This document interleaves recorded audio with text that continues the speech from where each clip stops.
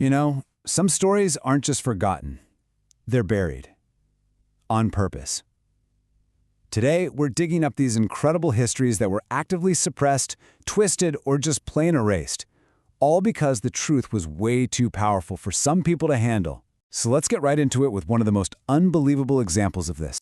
So, can you imagine stumbling upon a magnificent ancient stone city? That's what European colonists did. And this was their reaction. Instead of just acknowledging the absolute genius right in front of them, they chose to make up a completely different story. Why? Because the reality that a sophisticated African civilization was behind it all threatened their entire world. And that brings us to our first deep dive, Great Zimbabwe. For more than 100 years, the ruins of this incredible city were at the heart of one of the most shameless campaigns of historical fraud you can imagine. And really, it all boils down to this.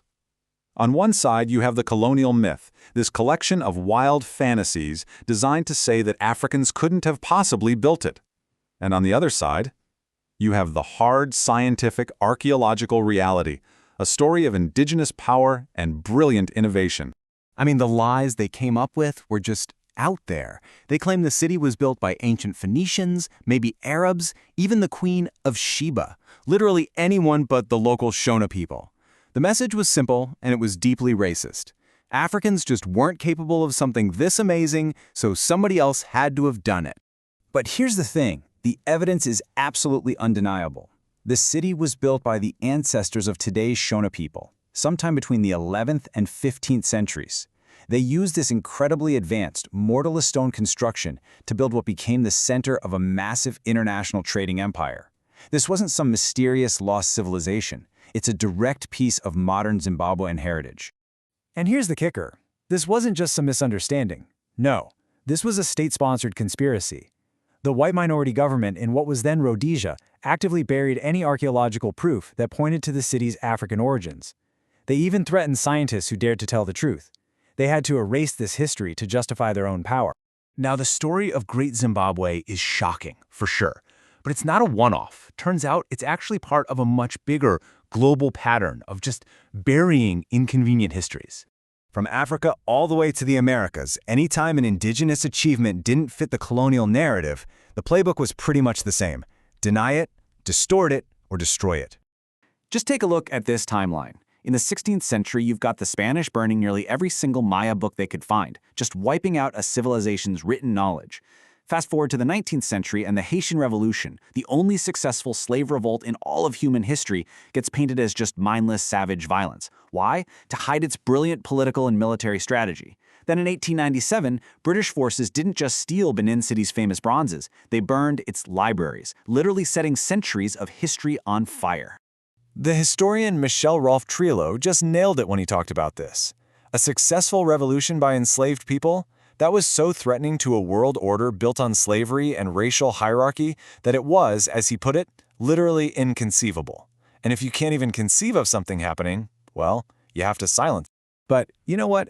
History has a funny way of coming back to the surface. Despite all the attempts to suppress it, the evidence of these amazing civilizations is just undeniable. So now, let's look at the truth they tried so hard to hide. So what's with this number, 4,000 plus? Well, that's the number of ancient gold mines that have been discovered all around Great Zimbabwe. This city wasn't just some cultural monument, it was an economic juggernaut, built on incredible local expertise in mining and metallurgy. And they weren't cut off from the rest of the world, either, not by a long shot. Archaeologists have found Chinese porcelain, Persian glass, and Indian beads right there at the site. This chart just shows a snapshot of a huge global trade network connecting the African interior with Asia, centuries before Europeans showed up. Or how about the Mali Empire? While Europe was still in its Middle Ages, the city of Timbuktu was this world-famous center of learning. Its libraries had hundreds of thousands of manuscripts on everything from astronomy to medicine to law. It completely shatters every stereotype of a dark continent. Okay, now look at this comparison, because this one is just staggering. We all know about the pyramids at Giza, right? But check this out. The Nubian kingdom of Kush, down in modern-day Sudan, built over 200 pyramids at their capital. 200! It's one of the largest collections of pyramids on Earth, and it's a testament to this incredible African dynasty that's been almost totally overshadowed by Egypt. Let's go back to Haiti for a second. Colonial histories always wrote off voodoo as just some primitive superstition. But the reality is so much more powerful. Vodou is the organizational and spiritual engine of the revolution.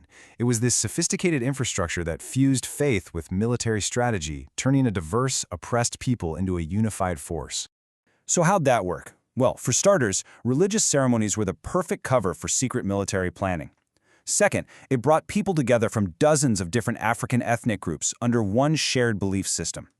Third, its network of priests and priestesses was totally decentralized, making it impossible for the colonizers to stamp out. And maybe most importantly, it turned resistance from just a political choice into a sacred duty. So why is digging up these stories so critical today? Because erasing history was never just about books or old ruins. It had a very clear, very devastating purpose, and we're still living with the consequences. Yeah, hiding these histories was a tactic. It was done to justify colonialism and slavery by pushing the lie that Africans had no history of their own. It was used to create and enforce racial hierarchies that are still with us today. It was a weapon to destroy cultural pride and ultimately to make economic exploitation that much easier. And the damage isn't just in the past. When you deny a people their history, it has these profound, lasting psychological impacts. It leads to cultural alienation, to damaged self-esteem, stuff that affects communities all over the world, even centuries later. Reclaiming this history isn't just about facts, it's about restoration. So, all of this leaves us with one final, kind of chilling question. If civilizations this massive, this important, could be so completely and systematically written out of the story we're all taught in school, what else are we missing? What other truths are just sitting there, waiting to be found?